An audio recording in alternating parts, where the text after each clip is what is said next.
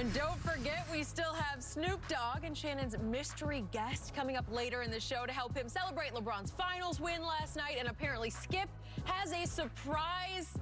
I have no idea what's happening, but I cannot wait for it. I am ready for all the surprises today, and I cannot wait to check in with Snoop.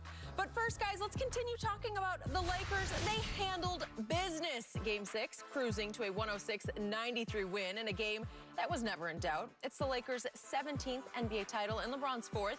LeBron finished the game with 28 points, 14 rebounds, 10 assists on his way to winning his 4th Finals MVP. Fox Sports NBA analyst Chris Broussard joining us this morning. Chris, we've had you throughout the championship.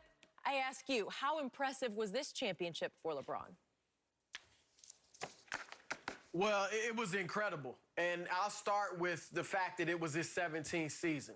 I don't take that into account. I didn't take it into account when I made my MVP vote for Giannis, because I don't think you should grade on a curve. But looking at it overall, the fact that he is still the best player in the world and able to lead his team to a championship at this stage of his career is unprecedented.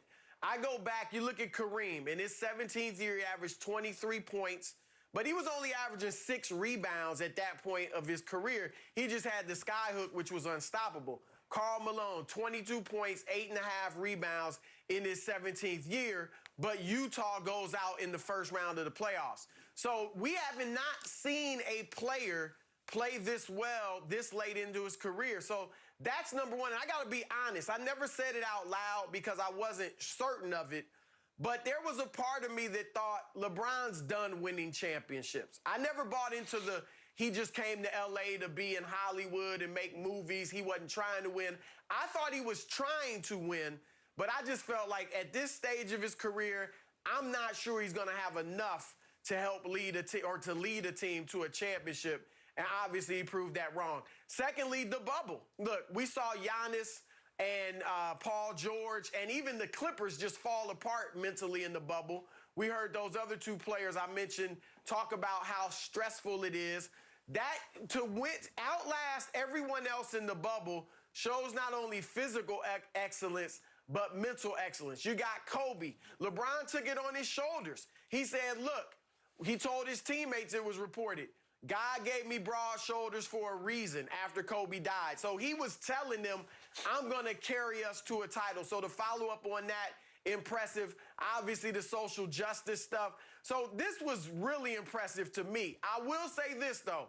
Basketball-wise, as far as the competition he faced, of his 4 titles, this was the easiest competition, obviously in the finals. But, you know, in 2012, he was down 3-2 to Boston in the conference finals in the East, had not yet won a title.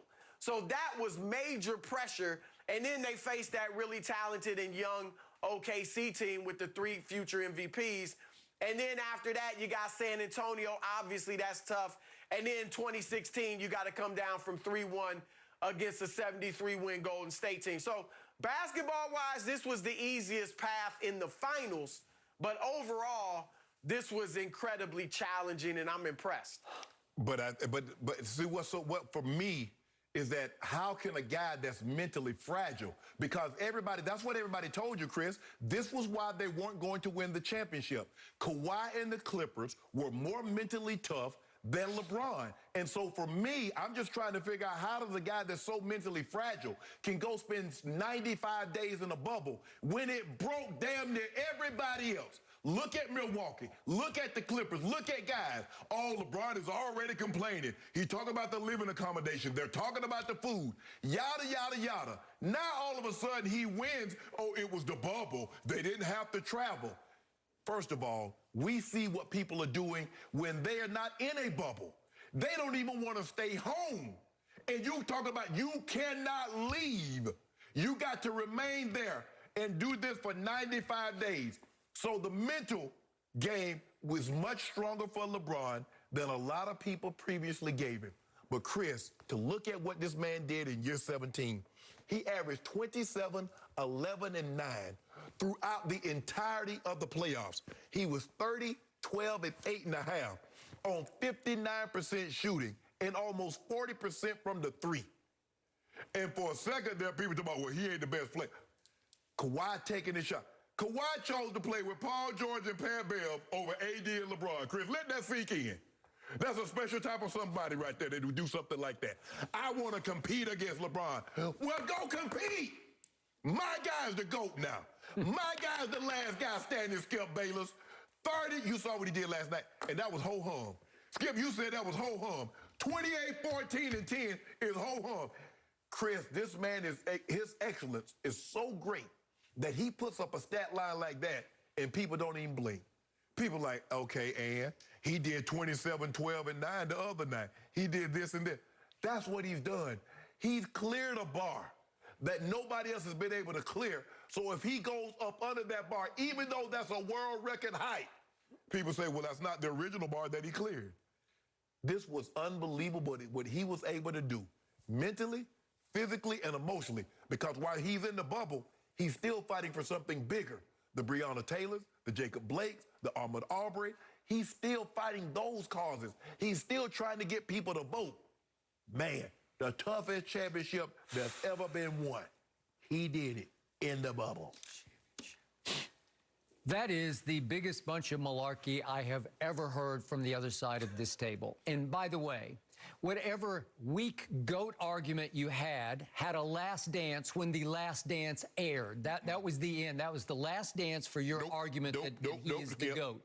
You can say it all you want, but in the end, what did we just witness? Greatness. We witnessed Chris Broussard told us up front, this finals is an epic mismatch. I concurred. That's what it was. The two best players on one team finally overwhelmed and overcame whatever masterpiece aberration performance Jimmy Butler gave you in 2 games of this series. I didn't expect it from Jimmy Butler. He's never done anything quite like this. Twice he did it, and they stole 2 games that you should not have lost. You should have won both those games. You should have swept this team. You were a prohibitive favorite in this series. They were 75-1 in the preseason to even get to the finals. That's by far the longest odds of any finals team since that stat has been kept. And this team in Game 1 lost its leading playoff scorer, Goran Dragic, and it lost its heart and soul and its energizer, Bam, in Game 1. And he came back after a game and tried to play, and he was never quite the same. He didn't look like that guy I saw throughout the Eastern Conference. That's what AD do to people. Oh, okay, yeah, AD. He's a tough guy. Yeah, you saw that. Sucked it up with that ankle, had a bum ankle and sucked it up. You got to play a team that was forced to play 3 rookies high minutes. 2 of them started, and one of them, Tyler Hero, was the youngest player ever to play in the finals. And you are gloating about GOAT over there? So the bubble gloating? So the bubble was a blessing to them because, as you mentioned, Chris, there was no crowd noise. There's a reason why young players don't play well when you have to go on the road, because the crowd are the visitors. So I don't care what you say, Skip Bayless. I don't care what you say. The pandemic was the best thing that could have happened basketball-wise to your man LeBron, because he made an MVP push just before the quarantine and pandemic hit. And all of a sudden, he got almost 5 months off to refresh and revitalize and get ready for a great playoff run that broke perfectly for him. But you told me he wasn't wearing down. Oh, I thought he was really going to wear down, and I think he was a candidate to get hurt down the stretch. I can't tell. I told you that the Clippers needed reps, R-E-P-S, and LeBron badly needed rest, R-E-S-T. Clippers needed an intervention.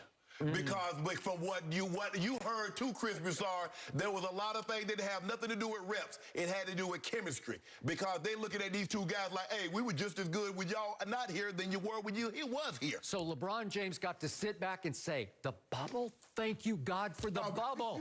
Because I don't have to travel at age 35, no flights. I can go 5 minutes to the arena, and everybody else is screwed up in the bubble except me, because I got a chance to go steal my 4th ring, and that's what he did. Chris, before you go, Chris, who else was it? So the Lakers were the only team that's not having to travel in the bubble, right? So everybody else had to travel. They had to go from L.A. and come back to the bubble. Half the Clippers did not even want to travel to the bubble in the first place. Because they knew they already knew it was going to happen. They didn't want to see GOAT James. All your rings should say should have an inscription on the inside that says "Avoided Clippers." You didn't have to deal with Kawhi and Paul George and Doc Rivers because you would have lost to them, because even Vegas said you would have lost because they were the favorites going into the playoffs, and Chris Broussard, my friend, picked them before the playoffs. I tried to get Chris. I had picked the Clippers, but I had come to believe, and I had said it on another show, I come to believe that the Lakers were going to beat the Clippers because the Clippers just weren't right. Now, we'll see if they can get right next year, but they clearly weren't right this year. I'm going to say this, too, and it's always going to be a factor in the GOAT discussion, and rightly so. But I do think the narrative on LeBron needs to shift because what happened against Dallas in 2011 sticks with him, where he just melted down in those finals. And from that point on, a lot of people have looked at him as not mentally tough. But Shannon, you pointed out a lot of good things. That should change because Magic Johnson melted down in 1984 and had been swept in 1983 by Philadelphia. Yes. Then melted down in 84. They were calling him tragic. That doesn't stick with Magic. We don't look at Magic as, he was mentally fragile. You know, we look at him as a great winner. Isaiah Thomas threw the bad pass that Larry Bird stole past in the DJ. '87 in the Eastern Conference Finals. We don't look at Isaiah as, he's mentally fragile. We look at him as a dog and a tough winner. Absolutely. We got to start looking at LeBron like that. He learned from what happened in 2011, and since then, he has been tough-minded. There's no ifs, ands, or buts about it. And when he passes up a shot at the end of a game, it's his game. It's not because he's scared. We can argue over whether he should take the shot, but it's not because he's scared. It's because that's how he plays. He's going to find the open man. So I think that does need to shift now on LeBron. Yeah. So let's just scrub his resume, right? No, we ain't got to do that. Let's expunge. What did I tell Chris? What did I tell you? Lakers.